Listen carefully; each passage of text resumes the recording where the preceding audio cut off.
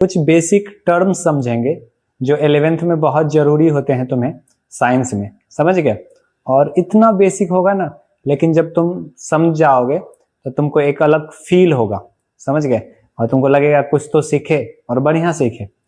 तो हम दो चिन्ह लेते हैं, y समानुपाती x, और यहां पे देखो y व्युत्क्रमानुपाती x।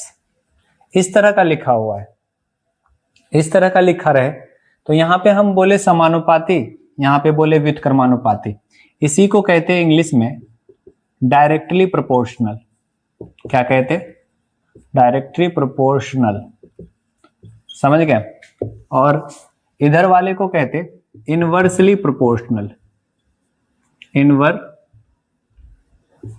प्रोपोर्शनल। दो वर्ड आ गया यहां पे, डायरेक्टली प्रोपोर्शनल, इनवर्सली प्रोपोर्शनल। दोनों का सिंबल सेम होता है, दोनों का सिंबल क्या होता है? सेम होता है।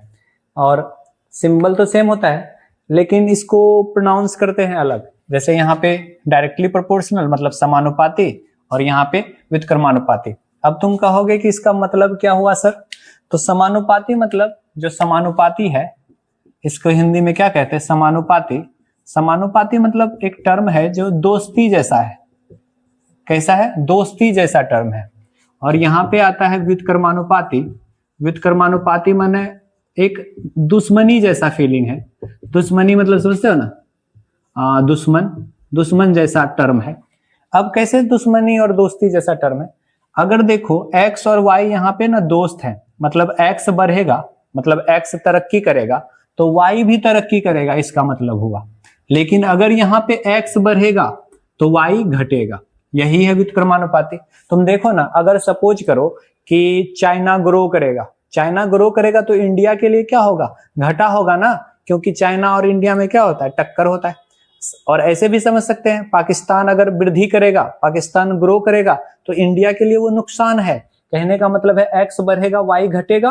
तो अगर x घटेगा, अगर पाकिस्तान डाउन जाए तो हाँ हम लोग को फायदा है, y बढ़ेगा, मतलब ये घटेगा तो ये बढ़ेगा। लेकिन यहाँ पे दोस्ती है, मतलब अगर तुम्हारा दोस्त विधायक बन जाए तुमको तो ठेकेदार बना ही देगा, समझ रहे हो ना? तो यहाँ पे समानुपाती का कॉन्सेप्ट है। अब ध्यान से देखो, समानुपाती में क्या होता है कि जब भी हम लोग समानुपाती या व्युत्क्रमानुपाती को हटाते हैं तो यहाँ पे एक बराबर आता है। समानुपाती के जगह क्या आया?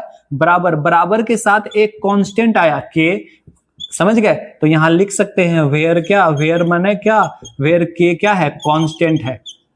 कांस्टेंट क्या होता है? हम कांस्टेंट क्या होता है? जिसका मान चेंज नहीं होता है, समझ गए? तुम ऐसा देख भी सकते हो कि किसमें, तुम ओम के नियम में पढ़े थे भी समानुपाती आई, तो समानुपाती हटाए थे तो बराबर, बराबर के साथ आया था आर, एक कांस्टेंट, जिसको बोले थे ना, जहां आर एक नियतांक है, कांस्टेंट को ही कहते हैं नियतांक। अब यहाँ पे देखो, व्युत्क्रमानुपाती हटाओगे बराबर आएगा, बराबर के साथ के आएगा, और यहाँ पे क्या हो गया? 1/x।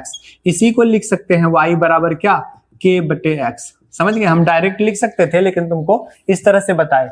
अब ध्यान से देखो, ध्यान से देखोगे ना तो यहाँ पे y और x ना वेरिएबल है। वेरिएबल मतलब जिसका मान बदल सकता है। यहाँ पे भी y और x क्या है? वेरिएबल है जिसका मान बदल सकता है।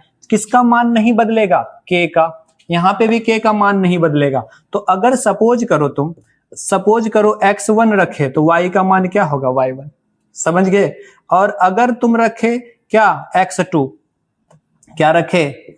अगर x2 रखे तो यहाँ y क्या हो जाएगा? y2।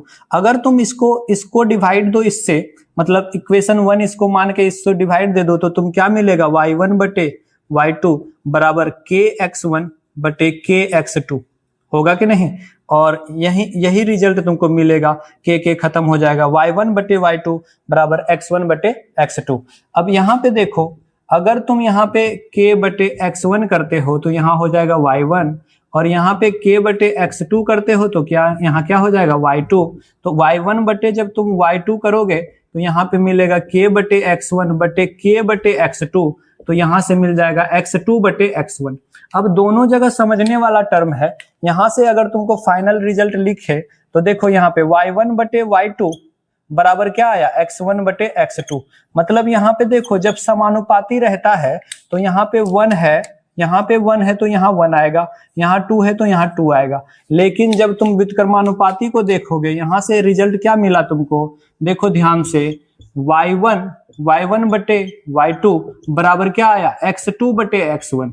x2 देखो यहाँ 1 है तो यहाँ 2, यहाँ 2 है तो यहाँ 1। तो इस तरह का संबंध जब भी मिले तुमको समझ जाना क्या है, व्युत्क्रमानुपाती है। और इस तरह का संबंध मिले तो समझ जाना क्या है, समानुपाती। समानुपाती को ऐसे भी कह सकते हैं, समानुपाती माने same to same, same to same माने 1 1 2 2। लेकिन यहाँ देखो जरा 1 2 2 1, मतलब सेम है क्या, सेम नहीं है तो क्या कहेंगे, व्युत्क्रमानुपाती। जिसको इंग्लिश तुम बोलना इनवर्सली प्रोपोर्शनल, क्या बोलना, इनवर्सली प्रोपोर्शनल। और इसको क्या बोलेंगे, डायरेक्टली प्रोपोर्शनल। आई होप तुमको ये कॉन्सेप्ट समझ आया हो। ये कॉन्सेप्ट से ना तुम बहुत जगह चीजों को एनालाइज कर सकते हो और बहुत सारे फॉर्मूला का ना मीनिंग समझ सकते हो। समझ गए ना। जैसे कि तुम कह लो एरिया जो होता है वो पाई आर स्क्वायर होता है। अगर सर्कल का एरिया देखो तो क्या होता है, pi R square. Pi is a constant, मतलब area is directly proportional to the ratio का रेडियस का स्क्वायर। एरिया जो है वो त्रिज्या के वर्ग का क्या है, समानुपाती है। मतलब रेडियस के स्क्वायर का क्या है, समानुपाती। पाई इज ए कांस्टेंट, पाई क्या है, कांस्टेंट है। तो तुम देखे एक फीलिंग आ गया ना। तो ऐसा फॉर्मूले, ऐसा कॉन्सेप्ट से तुम किसी भी फॉर्मूले को एनालाइज करोगे और तुम ऑब्जर्व कर पाओगे। कहीं पे भी तुम देख लेना कोई भी फॉर्मूला, समझ गए। तो अगर कहीं नीचे में कुछ रहे, सपोज करो कि यहां देखो जरा, x बराबर z बटे के वाई बटे z। इसका मतलब है कि x का दोस्त है y, लेकिन z कौन है, दुश्मन है। यहां से कह सकते हैं x ना y के समानुपाती है, लेकिन x और z क्या है, व्युत्क्रमानुपाती है। तो फॉर्मूला को देखने का एक नया नजरिया मिल जाता है तुमको इस कॉन्सेप्ट से। आई होप तुमको समझ आया हो। Thank you.